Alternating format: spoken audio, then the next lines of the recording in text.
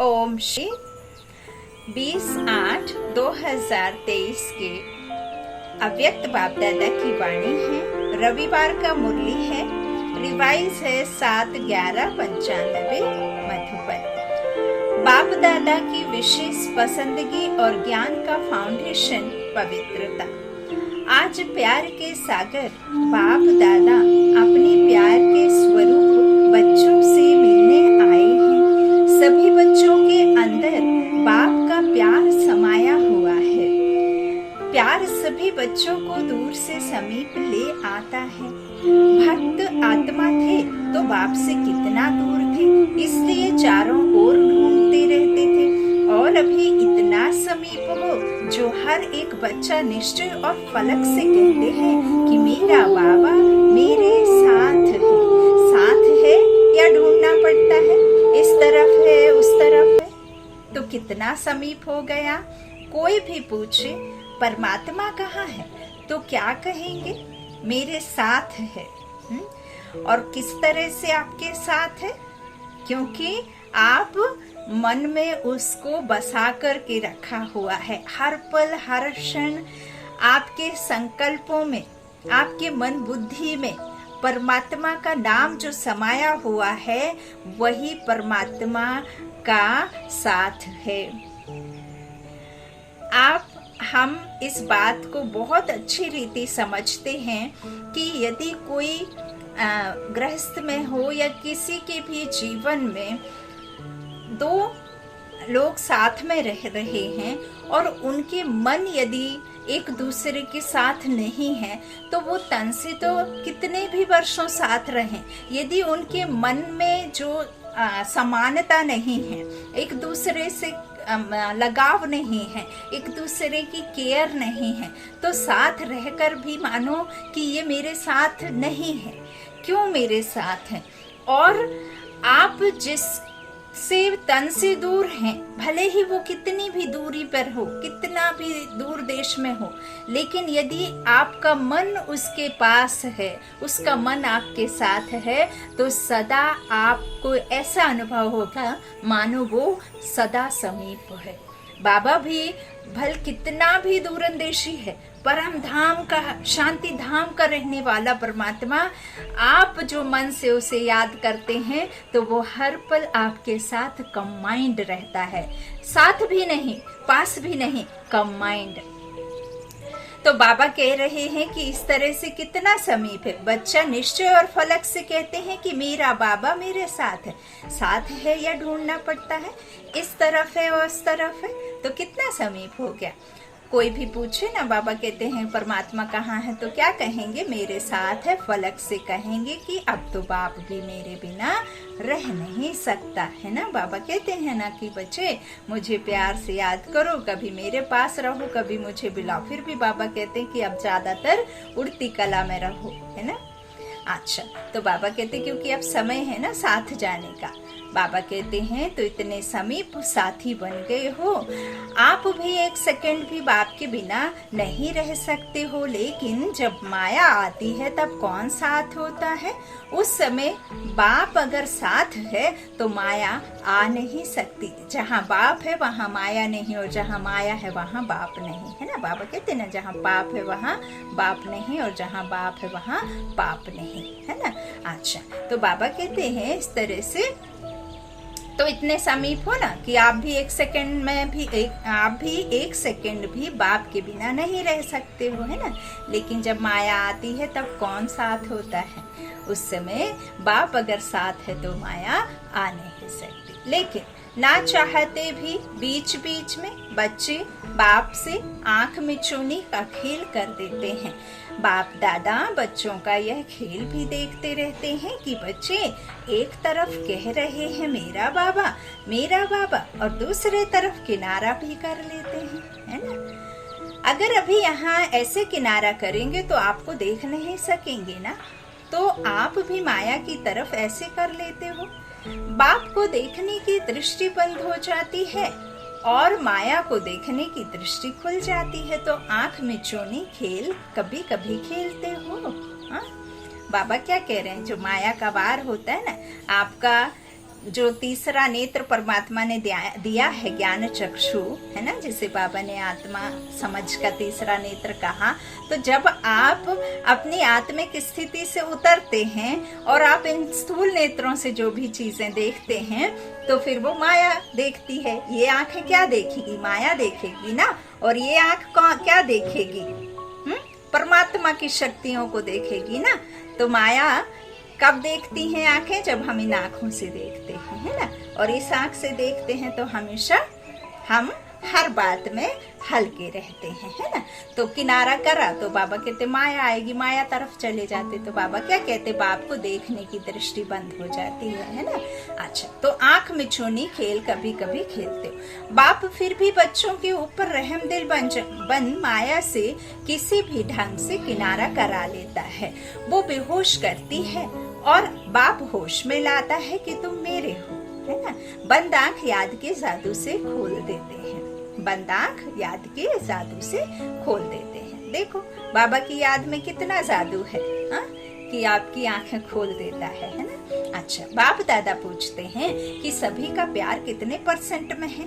तो सभी कहते हैं 100% से भी ज्यादा है, पदम गुना प्यार है, ऐसा कहते हो ना। अच्छा, जिसका पदम गुना से कम है, करोड़ है, लाख है, 1000 है, 100 है, वो हाथ उठाओ। कोई ने नहीं उठाया। अच्छा, सभी पक्के हैं। बाप दादा फिर दूसरा कनेक्शन करेंगे, फिर नहीं बदलना। अच्छा, ये तो बहुत खुशखबरी सुनाई कि पदम गुणा प्यार है।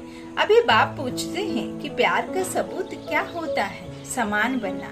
तो समान बने हो? नहीं। फिर पदम गुणा से तो कम हो गया।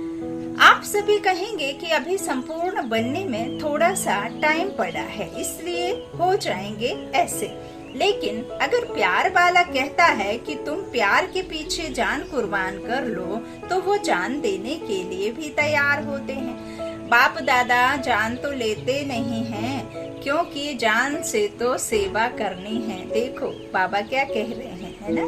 कई समझते हैं शरीर छूटने के बाद भगवान मिलता है। भगवान कहते हैं यदि मैं जान ले लूंगा, हाँ, तो सेवा कैसे होगी, है ना। कैसे तुम याद करोगे, कैसे मेरा ज्ञान प्राप्त करोगे, है ना। तो आत्मा थोड़ी ज्ञान प्राप्त करती। आत्मा को कर्मेंद्रियां चाहिए, शरीर चाहिए, तब तो वो सुनेगी, कहेगी और बोलेगी, है ना। तो समझने के लिए तो परमात्मा ने तीसरा नेत्र दिया है, लेकिन बाबा कहते हैं कि फिर ये तन भी तो चाहिए, है ना। अच्छा, तो बाबा कहते हैं इस तरह से। लेकिन एक बात पर बाप दादा को थोड़े समय के लिए आश्चर्य करना पड़ता है। आश्चर्य करना नहीं चाहिए, वो तो आपको भी कहते हैं, लेकिन बाप दादा को आश्चर्य करना पड़ता है।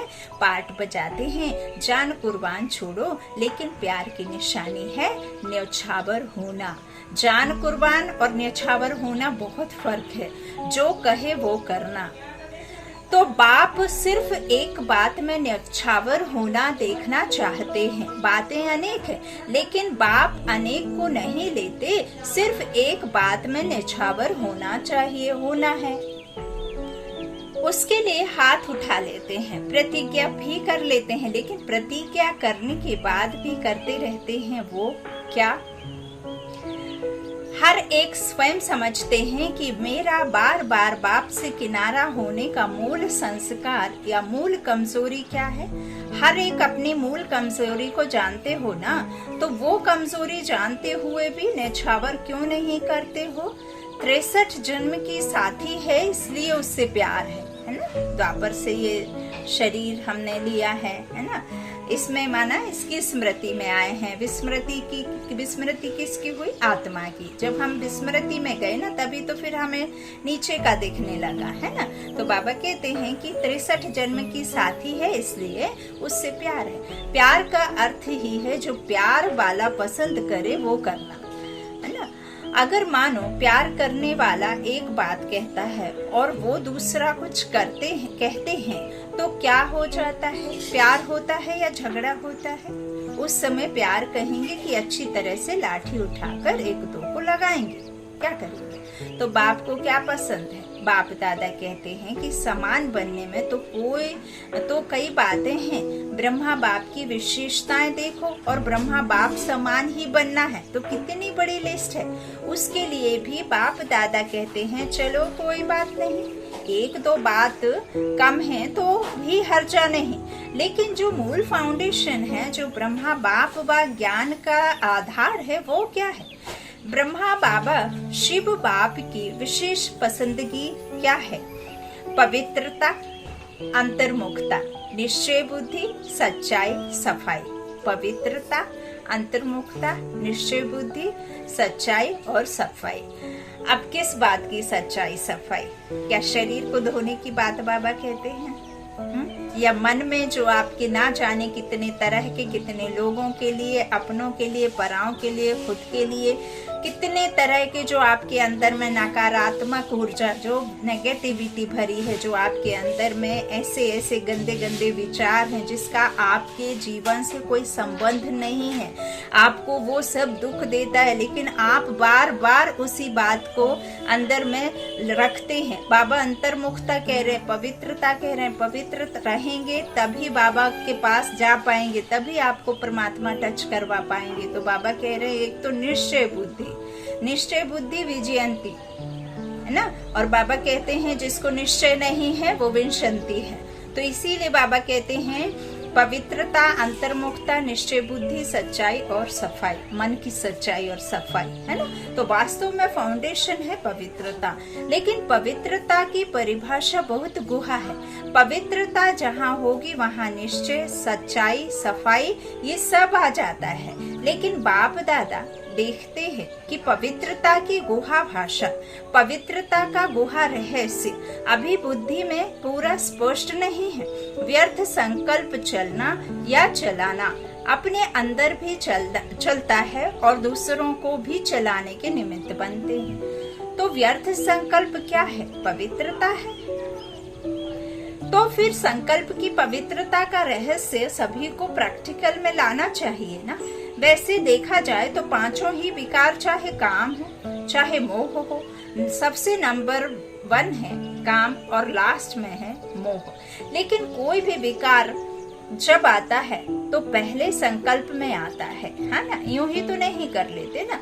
तो बाबा कहते हैं व्यर्थ संकल्प क्रोध भी पैदा करता है। तो काम अर्थात व्यर्थ दृष्टि किसी आत्मा के प्रति अगर व्यर्थ दृष्टि भी जाती है तो उस समय पवित्रता नहीं मानी जाएगी। देखो बाबा ने विकारों की और भी कई भाषाएं समझाई हैं। बाबा कह रहे हैं कि जो भी व्यर्थ संकल्प क्रोध भी पैदा करता है तो काम अर्थात व्यर्थ दृष्टि, किसी के प्रति गलत भावना रखना, किसी के प्रति कुदृष्टि डालना, किसी आत्मा के प्रति अगर व्यर्थ दृष्टि भी जाती है तो उस समय पवित्रता नहीं मानी जाएगी।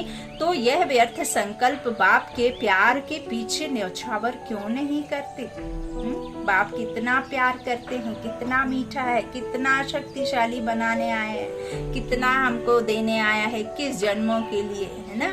तो बाबा क्या कह रहे हैं, क्या मेरे प्यार के सामने वो व्यर्थ, वो सारी चीजें आपको प्यारी हैं? समझने की बातें हैं। बाबा कहते हैं कर सकते हो, हाँ जी कहना बहुत सहज है, लेकिन बाप दादा के पास तो सबका चार्ट रहता है ना। लेकिन बाप दादा के पास सभी बातें जाती हैं, चूंकि आप संकल्पों में उन्हें रखते हैं तो आती होंगी ना बाबा तक। अभी तक 5 विकारों के व्यर्थ संकल्प मेजॉरिटी के चलते हैं। फिर चाहे कोई भी विकार हो, ये क्यों, ये क्या, ऐसा होना नहीं चाहिए, ऐसा होना चाहिए, या कॉमन बात है, या कॉमन बाप दादा सुनाते हैं। कॉमन बात बाप दादा सुनाते हैं कि ज्ञानी आत्माओं में या तो अपने गुण का, अपनी विशेषता का अभिमान आता है, या तो जितना आगे बढ़ते हैं उतना अपनी किसी भी बात में कमी को देख करके, कमी अपने पुरुषार्थ की नहीं लेकिन नाम में, मान में, शान में, पूछने में, आगे आने में, सेंटर इंचार्ज बनाने में, सेवा में, विशेष पाठ देने में ये कमी है ना। ये व्यर्थ संकल्प भी विशेष ज्ञानी आत्माओं के लिए बहुत नुकसान करता है। देखो बाबा ने कितने सारे आज बता दिए हैं। अब इन कमी कमजोरियों को मिटाना है या वैसे ही रहना है, बाप के प्यार के आगे न्यौछावर करना है या उन जो है गंदे संस्कार को रखना है, हाँ क्या करना है। तो इस तरह बाप कहते हैं कि यह व्यर्थ संकल्प भी विशेष ज्ञानी आत्माओं के लिए बहुत नुकसान करता है। और आजकल ये दो ही विशेष व्यर्थ संकल्प का आधार है। तो आप जब सेवा पर जाओ तो एक दिन की दिनचर्या नोट करना और चेक करना कि एक दिन में इन दोनों में से चाहे अभिमान या दूसरे शब्दों में कहो अपमान, मेरे को कम क्यों, मेरा भी ये पद होना चाहिए, मेरे को भी आगे करना चाहिए, तो ये अपमान समझते हो ना। सेंटेंस में माताओं बहनों को नहीं पूछा जाता है। यदि टीचर दीदी किसी दूसरे को पूछ लेगी, भले ही फिर वो सारे एक साथ हर दिन टाइम से आते होंगे, लेकिन यदि बहन ने किसी दूसरे को दे दिया, कुछ ड्यूटी कह दिया, किसी को आगे कर दिया, किसी को ब्रह्मा भोज में कुछ आगे करने कह दिया, तो देखो कैसे कैसे मन में संकल्प चलते हैं, है ना। मान अपमान ये सब अभिमान चलता रहता, तो देह भान में तब आते हैं, तब आपको मान अपमान लगता है ना। आत्मा तो कोई है नहीं, वो तो निराकारी है, उसमें तो कोई गाली आली चिपकती नहीं है ना। लेकिन देह भान में आने से फिर अपमान लगता है। तो बाबा कह रहे हैं तो ये अपमान समझते हो ना, तो ये दो बातें, अभिमान और अपमान, यही दो आजकल व्यर्थ संकल्प का कारण है। इन दोनों को अगर न्यौछावर कर दिया तो बाप समान बनना कोई मुश्किल नहीं है। तो क्या न्यौछावर करने की शक्ति है? अच्छा, कितने समय में? अभी आज नंबर है ना, नया साल आएगा तो 2 मास हो जाएगा ना। नए साल में वैसे भी नया खाता रखा जाता है। तो हर एक, चाहे टीचर, चाहे विद्यार्थी है, चाहे महारथी है, चाहे प्यादा है, ऐसे नहीं कि ये तो महारथियों के लिए है, हम तो हैं ही छोटे। राज्य भाग्य लेने के टाइम तो कोई नहीं कहेगा कि मैं छोटा हूँ। उस समय तो कहेंगे कि सेकंड नारायण मुझे ही बना दो। तो हर एक को सिर्फ 2 शब्द अपना समाचार देना है और उस पोस्ट के ऊपर विशेष ये लिखना, अवस्था का पोता मेल। तो वो पोस्ट अलग हो जाएगी और अंदर लिखना कि व्यर्थ संकल्प किस परसेंटेज में न्यौछावर हुए, 50% या 100% न्यौछावर हुए। बस एक लाइन लिखना, लंबा चौड़ा नहीं लिखना। बाबा कहते भी हैं रात्रि का पोता मेल देना है तो सिर्फ लिख देना बाबा ओके, आज सब कुछ अच्छा था, है ना। अच्छा, तो इस तरह से जो लंबा चौड़ा लिखेंगे उसको पहले ही फाड़ देंगे। तो तैयार हो? जोर से बोलो हाँ जी या ना जी। जो समझते हैं कि इसमें हिम्मत चाहिए, टाइम भी चाहिए, तो अभी से हाथ उठा लो, तो आपको पहले से ही छुट्टी है। कोई है या पीछे लिखेंगे पुरुषार्थ तो बहुत किया लेकिन हुआ नहीं, ऐसे तो नहीं लिखेंगे, पक्के हैं। अच्छा, बाप दादा ने देखा कि प्यार मधुबन तक तो ले आता है, लेकिन इसी प्यार से पहुंचना कहाँ है? बाप समान बनना है ना।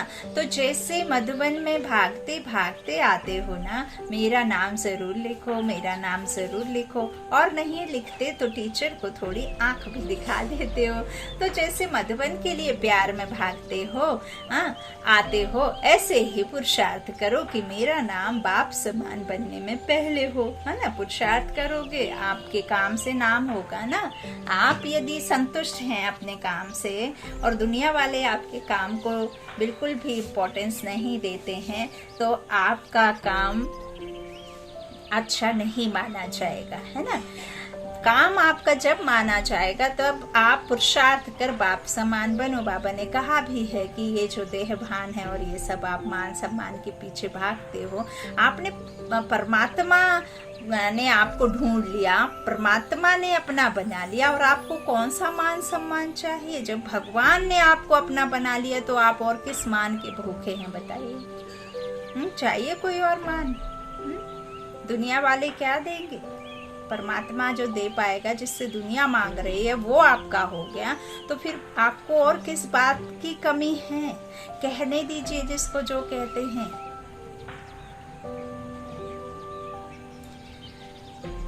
प्रैक्टिस प्रैक्टिस प्रैक्टिस, पुरुषार्थ बाबा कहते हैं, है ना। अच्छा, तो बाबा कहते हैं तो पुरुषार्थ करो कि मेरा नाम बाप समान बनने में पहले हो। तो ये पवित्रता का फाउंडेशन पक्का करो। ब्रह्मा बाप ने पवित्रता के कारण, एक नवीनता के कारण गालियां भी खाई, तो पवित्रता फाउंडेशन है। और फाउंडेशन का ब्रह्मचर्य व्रत धारण करना ये तो एक कॉमन बात है, लेकिन अभी आगे बढ़ो हो तो बचपन की स्टेज नहीं है। हाँ, अभी तो वानप्रस्थ स्थिति में जाना है। मैं ब्रह्मचारी तो रहता हूँ, पवित्रता तो है ही, सिर्फ इसमें खुश नहीं हो जाओ। वैसे तो अभी दृष्टि वृत्ति में पवित्रता को और भी अंडरलाइन करो, लेकिन मूल फाउंडेशन है अपने संकल्प को शुद्ध बनाओ। किसी के प्रति किसी भी प्रकार का गलत भावना या खुद के प्रति गिल्टी फील करना, यदि किया तो माफी मांग लो, प्रकृति से माफी मांगो, अपनों से माफी मांगो। और आपको कोई हाथ पैर जोड़ करके जा करके उनके घुटनों पे आपको टिक करके बैठ के माफी नहीं मांगना है। सोल से बात करके, सोल टू सोल बात करके, जिस किसी का भी आपने कभी जाने अनजाने दुख दिया है, दुख कष्ट दिया है, तो उन जाने अनजाने में दुख दिए की माफी मांगना, परमात्मा को साक्षी रख करके, और प्रकृति से भी हर रोज उनका शुक्रिया करना है। और जो कभी भूले चूके प्रकृति को भी आपके द्वारा कष्ट हुआ हो तो उसके लिए भी माफी मांगना जरूर है। बाबा कहते हैं इस तरह से जो भी आपके मन में गलत संकल्प हैं उसे बिल्कुल नहीं लाना है ना। तो बाबा समझाते हैं कि अपने संकल्प को शुद्ध बनाओ, शुद्ध अर्थात श्रेष्ठ संकल्प रखो। हाँ, ज्ञान स्वरूप बनाओ, शक्ति स्वरूप बनाओ। हाँ, इतनी शक्ति होना चाहिए आपके संकल्पों में कि एक शब्द की कीमत इंसानों को आंकनी पड़े कि ये एक शब्द करोड़ों की कीमत का है। ये परमात्मा के महावाक्य हैं, ये कोई आम मनुष्य आत्माओं के महावाक्य या कोई किसी की संत वाणी नहीं है, ये ईश्वर की वाणी है जो ब्रह्म मुख के द्वारा आ रही है। तो बाबा कहते हैं अपने संकल्पों को शुद्ध बनाओ, है ना। संकल्प में कमजोरी बहुत है, क्या करें, कर नहीं सकते हैं, पता नहीं क्या हो गया। क्या ये पवित्रता की शक्ति है? पवित्र आत्मा कहेगी क्या करें, हो गया, हो जाता है, चाहते तो नहीं है। लेकिन ये कौन सी आत्मा है? पवित्र आत्मा बोलती है कि कमजोर आत्मा बोलती है? हाँ, पवित्र आत्मा बोलती है कि कमजोर आत्मा बोलती है? त्रिकालदर्शी आत्माएं हो, जब क्यों क्या कहते हो तो बाप दादा कहते हैं इन्हों को जिज्ञासु के आगे ले जाओ, उनको चित्र समझाते हैं कि 84 जन्मों को हम जानते हैं, समझाते हो 84 जन्म और करते हो अभी क्या और क्यों। जब जानते हो तो जानने वाला क्या क्यों करेगा? वो जानता है कि ये इसलिए होता है। क्या का जवाब स्वयं ही बुद्धि में आएगा कि माया के प्रभाव के परवश है। चाहे महारथी हो चाहे प्यादा हो, अगर महारथी से भी गलती होती है तो उस समय वो महारथी नहीं है, परवश है। तो परवश वाला कहाँ भी लहर में लहरा जाता है। लेकिन आप उस रूप में देखते हो कि ये महारथी होकर कर रहा है, उस समय महारथी नहीं परवश है, समझा। नए साल में क्या करना है? व्यर्थ के समाप्ति का नया खाता ठीक है पक्का कि कोई ना कोई कारण बताएंगे। अगर कारण होगा तो कोई नया प्लान बताएंगे, अभी नहीं बताएंगे। अभी बताएंगे तो आप कोई रीजन निकाल लेंगे। कारण नहीं, निवारण समस्या स्वरूप नहीं, समाधान स्वरूप, है ना।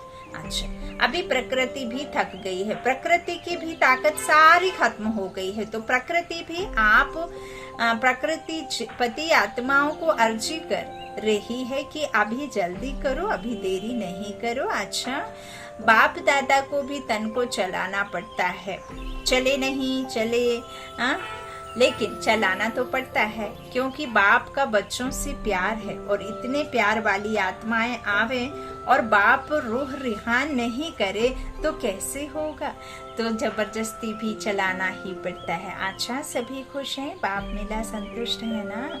चारों ओर के पदम गुणा प्रेम स्वरूप आत्माओं को, सदा स्वयं को निर्विकल्प बनाने वाले विशेष आत्माओं को, सदा बाप और निर्विघ्न सेवा की लगन में मगन रहने वाली आत्माओं को, सदा बाप के स्नेह में न्यौछावर होने वाले सभी आत्माओं को बाप दादा का याद प्यार और नमस्ते नमस्ते नमस्ते। अच्छा, सब खुश? कोई नाराज तो नहीं हुआ?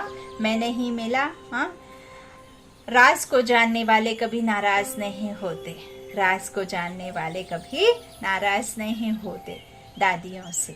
देखो, आप आदि रत्नों में सभी का प्यार के साथ साथ शुद्ध मोह बढ़ता जाता है। सभी देखते हैं कि आदि रत्न ठीक है तो सब ठीक है, तो आप लोगों में सबका शुद्ध मोह बढ़ गया है। बाप दादा इन दोनों चंद्रमणि दादी, रतन मोहनी दादी के ऊपर भी खुश है। ज्ञान सरोवर की जिम्मेवारी संभालनी है। जिम्मेवारी तो क्या खेल है, भारीपन है क्या? खेल हल्का होता है ना, तो जिम्मेवारी क्या है? खेल है। तो बाप दादा खुश हैं कि समय पर सहयोगी बने हैं और आदि से सहयोगी रहे हैं, आदि से हांजी करने वाले हैं। यही साकार बाप का आप सबको विशेष वरदान है। ब्रह्मा बाबा को ना शब्द कभी अच्छा नहीं लगता, तो ये मालूम है, अनुभवी है। अच्छा, यशु दादी से इसने आदि से अब तक बहुत अच्छा पाठ बजाया है और आपकी दादी की तो विशेष सहयोगी हैं। कोई भी बात में सुनने सुनाने वाली बहुत अच्छी हैं, क्योंकि गंभीर रहती हैं। ये गंभीरता का गुण बहुत आगे बढ़ाता है। कोई भी बात बोल दी ना, समझो अच्छा किया, और बोल दिया तो आधा खत्म हो जाता है। आधा फल खत्म हो गया, आधा जमा हो गया। और जो गंभीर होता है उसका फुल जमा होता है। कहते हैं ना, देखो जगदम्बा गंभीर रही, चाहे सेवा स्थूल में आप लोगों से कम की, आप लोग ज्यादा कर रहे हो, लेकिन ये गंभीरता के गुण ने फुल खाता जमा किया, कट नहीं हुआ है। कई करते हैं, बहुत हैं, लेकिन आधा पौना कट हो जाता है। करते हैं, कोई बात हुई तो पूरा कट हो जाता है, या थोड़ी बात भी हुई तो पौना कट हो जाता है। ऐसे ही अपना वर्णन किया तो आधा कट हो जाता है, बाकी बचा क्या? तो जब जगदम्बा की विशेषता जमा का खाता ज्यादा है, गंभीरता की देवी है, ऐसे और सभी को गंभीर होना चाहिए, चाहे मधुबन में रहते हैं, चाहे सेवा केंद्र में रहते हैं। लेकिन बाप दादा सभी को कहते हैं कि गंभीरता से अपनी मार्क्स इकट्ठी करो, वर्णन करने से खत्म हो जाती हैं। चाहे अच्छा वर्णन करते हो चाहे बुरा। अच्छा, अपना अभिमान और बुरा किसका अपमान कराता है? तो हर एक गंभीरता की देवी और गंभीरता का देवता दिखाई दे। अभी गंभीरता की बहुत बहुत आवश्यकता है। अभी बोलने की आदत बहुत हो गई है, क्योंकि भाषण करते हैं ना, तो जो भी आएगा वो बोल देंगे, लेकिन प्रभाव जितना गंभीरता का पड़ता है इतना वाणी का नहीं पड़ता है। अच्छा, वरदान है रूहानी गुलाबन, चारों ओर रूहानियत की खुशबू फैलाने वाले आकर्षण मूर्त भव। सदा स्मृति रहे कि हम भगवान के बगीचे के रूहानी गुलाब हैं। रूहानी गुलाब अर्थात कभी भी रूहानियत से दूर होने वाले नहीं। जैसे फूलों में खुशबू समाई होती है, ऐसे आप सब में रूहानियत की खुशबू ऐसी समाई हुई हो जो ऑटोमेटिक चारों ओर फैलती रहे और सबको अपनी ओर आकर्षित करती रहे। अभी आप ऐसे खुशबूदार व आकर्षण मूर्त बनते हो, तब आपके यादगार मंदिर में भी अगरबत्ती आदि से खुशबू करते हैं। देखो बाबा ने हमें कितना अच्छे अच्छे गुहार आज समझाते हैं। स्लोगन है, परोपकारी वह है जो स्व परिवर्तन से विश्व परिवर्तन करने के निमित्त बनते हैं। परोपकारी वह है जो स्व परिवर्तन से विश्व परिवर्तन करने के निमित्त बनते हैं। सूचना, आज मास का तीसरा रविवार है। सायं 6:30 से 7:30 बजे तक विशेष योग अभ्यास में अनुभव करें कि बाप दादा के मस्तक से शक्तिशाली किरणें निकलकर मेरी भ्रुकुटी पर आ रही हैं और वही किरणें मेरे द्वारा अपने निजी संस्कारों का परिवर्तन कर रही हैं। परिवर्तन करते हुए संसार परिवर्तन का कार्य कर रही है। फिर से रिपीट करूंगी। आज का अभ्यास है, अनुभव करें कि बाप दादा के मस्तक से शक्तिशाली किरणें निकलकर मेरी भ्रुकुटी पर आ रही हैं और वही किरणें मेरे द्वारा अपने निजी संस्कारों का परिवर्तन करते हुए संसार परिवर्तन का कार्य कर रही हैं। अच्छा, ओम शांति, ओम शांति।